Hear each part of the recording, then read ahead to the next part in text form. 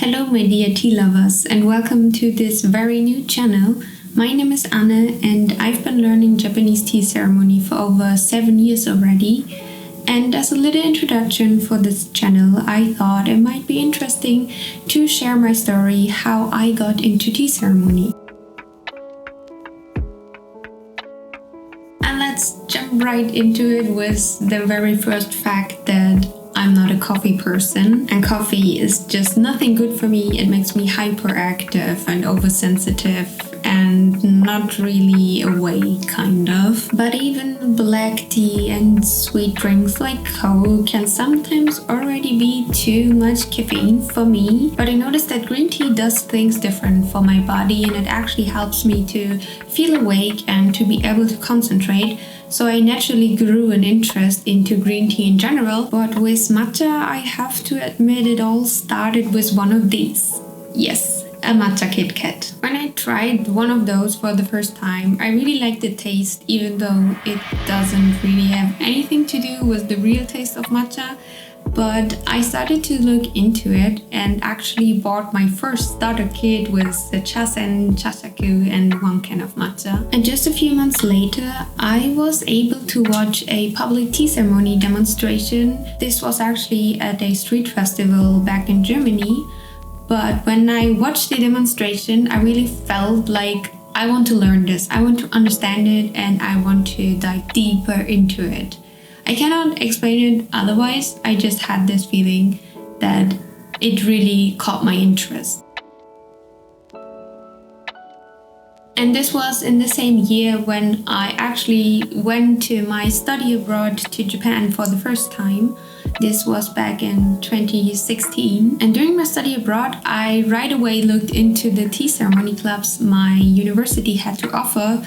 But I was a little bit afraid if my Japanese is good enough or not. So in the first semester, I focused more on improving my Japanese and learning other things. And in the second semester, I actually joined a tea ceremony club. And I was lucky since at my university, we had a Omotesenke and an Urasenke tea ceremony club. And I was kind of able to choose, but at this time I had no idea about the meaning. So I just chose the one that fitted better into my schedule, and it happened to be the Omotesenke tea ceremony club of my university. And this is why I actually followed the Omotesenke school, so there's no bigger reason, no bigger meaning. It just happened to be the most convenient one for me. And I guess, especially for foreigners, it's probably usually like that. It's either the teacher near you in your country or wherever you are is maybe Omotesenke, or is maybe Urasenke, or is maybe something else even, and that's why you follow this way, because you don't have the options. During that time we had okeiko, like practice lessons, sessions. I don't know what is the most fitting English words, let me know what you use in English. We had okeiko once a week, so that meant it was kind of really intense, and it was really good to get all the basics done. And I also joined in the semester when the first year students at the university come, so I actually learned with them everything from step 0 kind of. And if I would have joined in the first semester, I would be in an awkward position where I would be the only one that was new and that had to learn all these things. So I still think it was good that I joined in the second semester.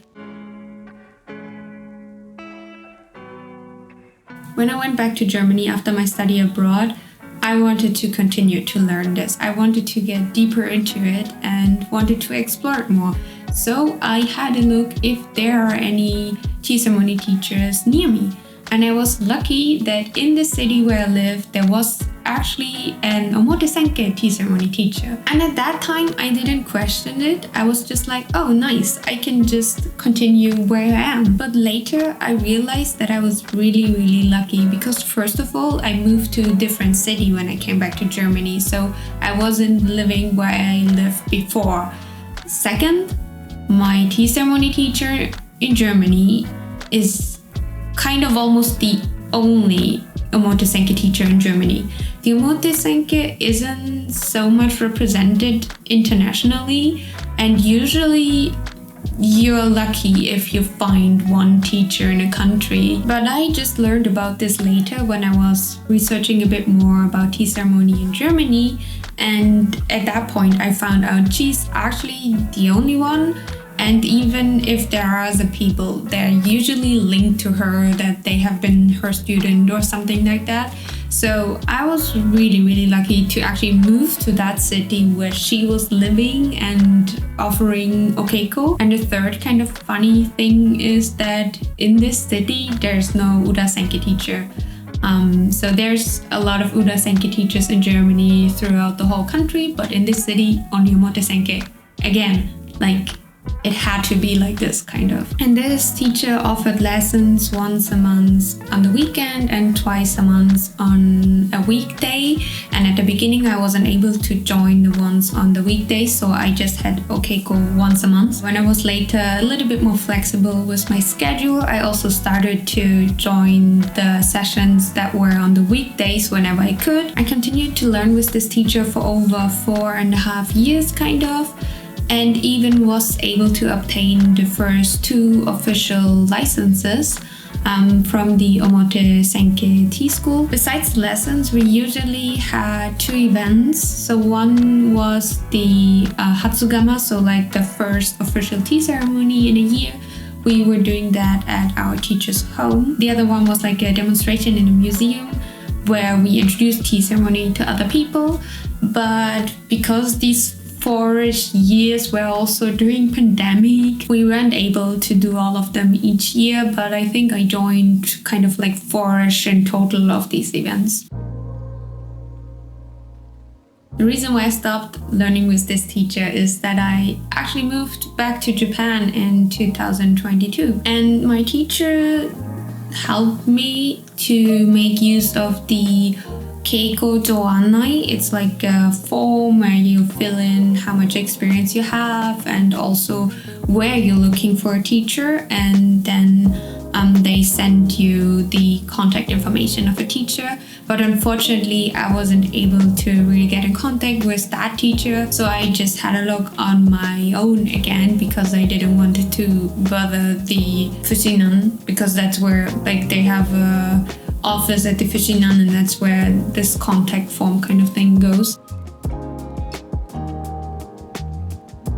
And I actually found another teacher, which was just like a 10-minute foot walk away from where I lived at that point. This is actually a teacher that offers tea ceremony lessons at a small temple, and I thought this might be a good opportunity to get some other insights again. And tea ceremony is really bound to Buddhism and temples, so I thought it might be a good experience, but I was a little bit nervous, let's say. And when I went there for the first time, I don't know, there's a lot of coincidences in my story, but I'm just sharing them because they're part of it.